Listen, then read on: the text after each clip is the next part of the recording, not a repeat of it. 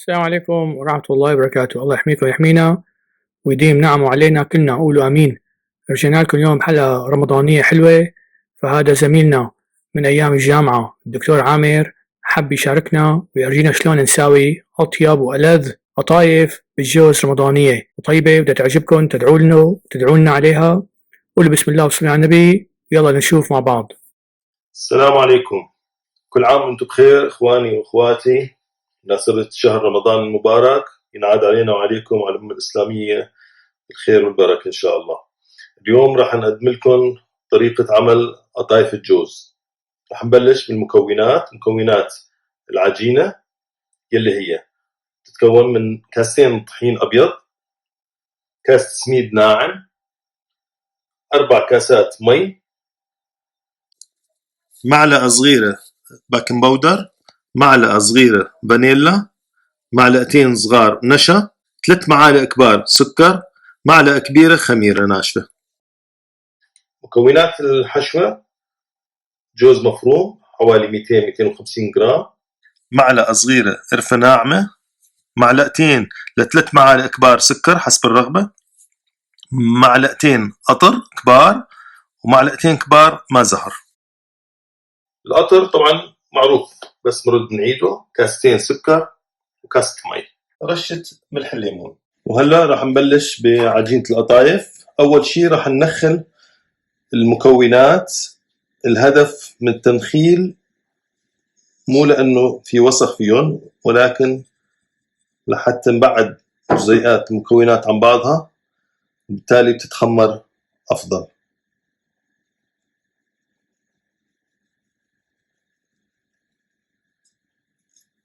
نحط السمين،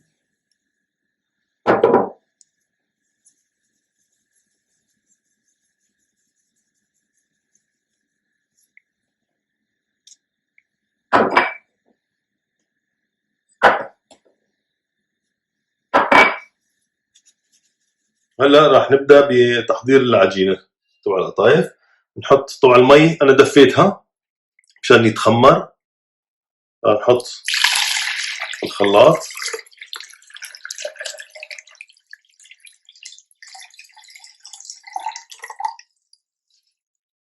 ونضيفهم بالاول بس السكر والخميره، ونخلطهم لحتى يذوب السكر. وهلا بعد ما ذوبنا السكر والخميره راح نبلش نضيف الطحين مع السميد شوي شوي حتى ما يجبل، ونخلطهم. نحط اول كمية،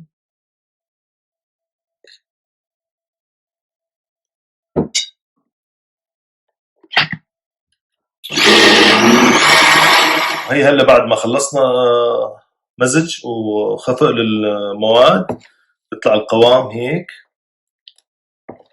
مو رخو كتير ولا لزج كتير. طبعا هلا بدنا نغطيهم للمزيج ونتركهم تقريبا نص ساعة يتخمروا.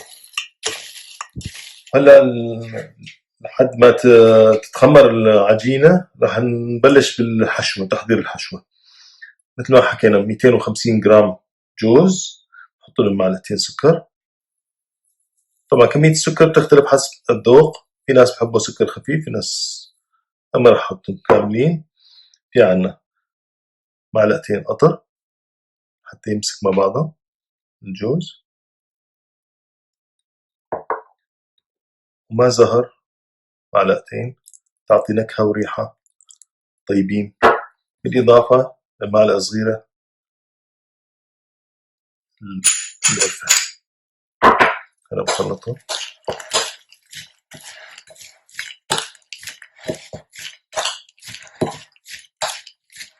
وهلا راح نبلش بشوي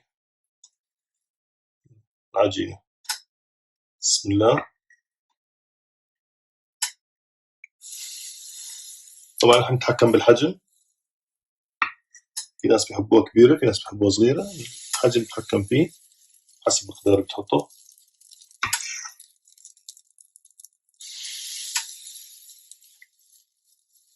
طبعا أنا عندي صاج على الكهرباء، بس ممكن برضو بالمقلاية تحطها على البوتاجاز، مقلاية تيفال ما بتلزق، تسويها نفس الشيء، بس طبعا الكمية بتكون حبة حبة. هون عم نساوي 4-5 حبات مع بعض، هذا المفيد فيها. هلا بنشوف بلشت تبخج، دليل انه العجينة خمرانة وكويسة.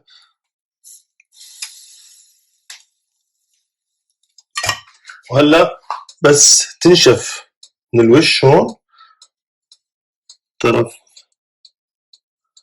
بنشوف انه صارت لونها زهري، بنشيلها بنحطها على فوطة نظيفة مثل ما حكينا، بنحطها على فوطة نظيفة بشكير نظيف خاص، بنحطه نصفهم مباشرة. كل ما صفينا بنغطيهم لحتى يضلوا طريين وما ينشفوا لبعدين، لحتى لما نسوي القطايف يمسكوا مع بعضهم يلزقوا. وهلا رجعنا لكم بعد ما خلصنا العجينة، رح نبلش بحشي القطايف.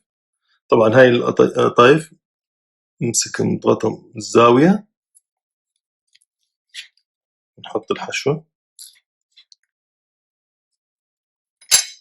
بعدين نضغطها من الناحية البيضة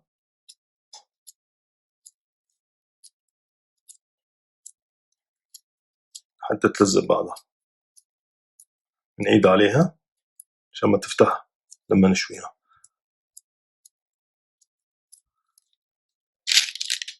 راح نسوي واحدة ثانية اللي ما شاف، نسكر الزاوية، نحط الحشوة،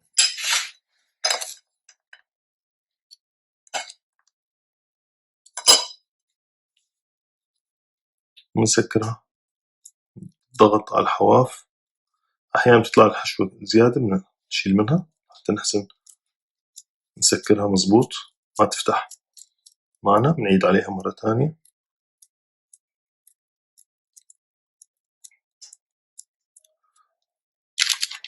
هلا بعد ما خلصنا حشي القطايف مثل شايفين، نحطهم بالصينية مع ورق زبدة. بعدين نجيب سمن بقري، في ناس بزبدة في ناس بسمنة، أنا بحطها بسمنة، وندهن قطايف عشان تعطيها منه النكهة ومنه بعد تعطيه اللون الحلو بعد الشوي. هاي بعد ما خلصنا دهن بالسمنة طبعا على الناحيتين. هلا راح نحطها بالفرن على درجة حرارة 180، نشغل الفرن من فوق من تحت بنحميه، ونحطها لحد ما نشوفها انه احمرت بنشيلها. وهاي دخلناها بالفرن مثل ما حكينا على درجة 180 من فوق ومن تحت على طبقة متوسطة، نسكر عليه. وهون حطينا السكر والمي، وهلا بنحطهم على النار لحتى يغلوا، نتركهم يغلوا تقريبا من 8 ل 10 دقائق، ونضيف لهم بالاخير اخر 3 دقائق رشة ملح الليمون. وهلا بعد ما خلصنا شوي طبعا مباشرة وهو سخن والقطر بارد، نحط إضافة القطر،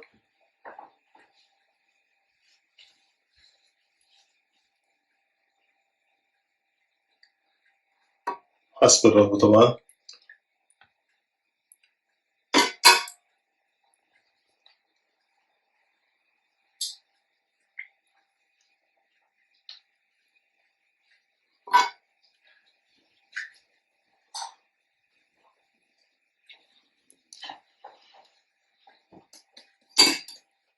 وألف صحة وهنا، وكل عام وانتم بخير. الله يعطيك العافية يا دكتور عامر، والله شيء بياخذ العقل او بيطير العقل قصدي بيطير لما بياخذ ما بعرف ايه. الله يحميك يا رب ويديم لك نعمه عليك وعلينا ويحميك ويحمينا، قولوا امين. ولا تنسونا من الشير واللايك والسبسكرايب والدعاء، واللي عنده سؤال يبعث لي على اليوتيوب. والسلام عليكم ورحمة الله وبركاته بحلقات جديدة رمضانية ترقبوها عما قريب.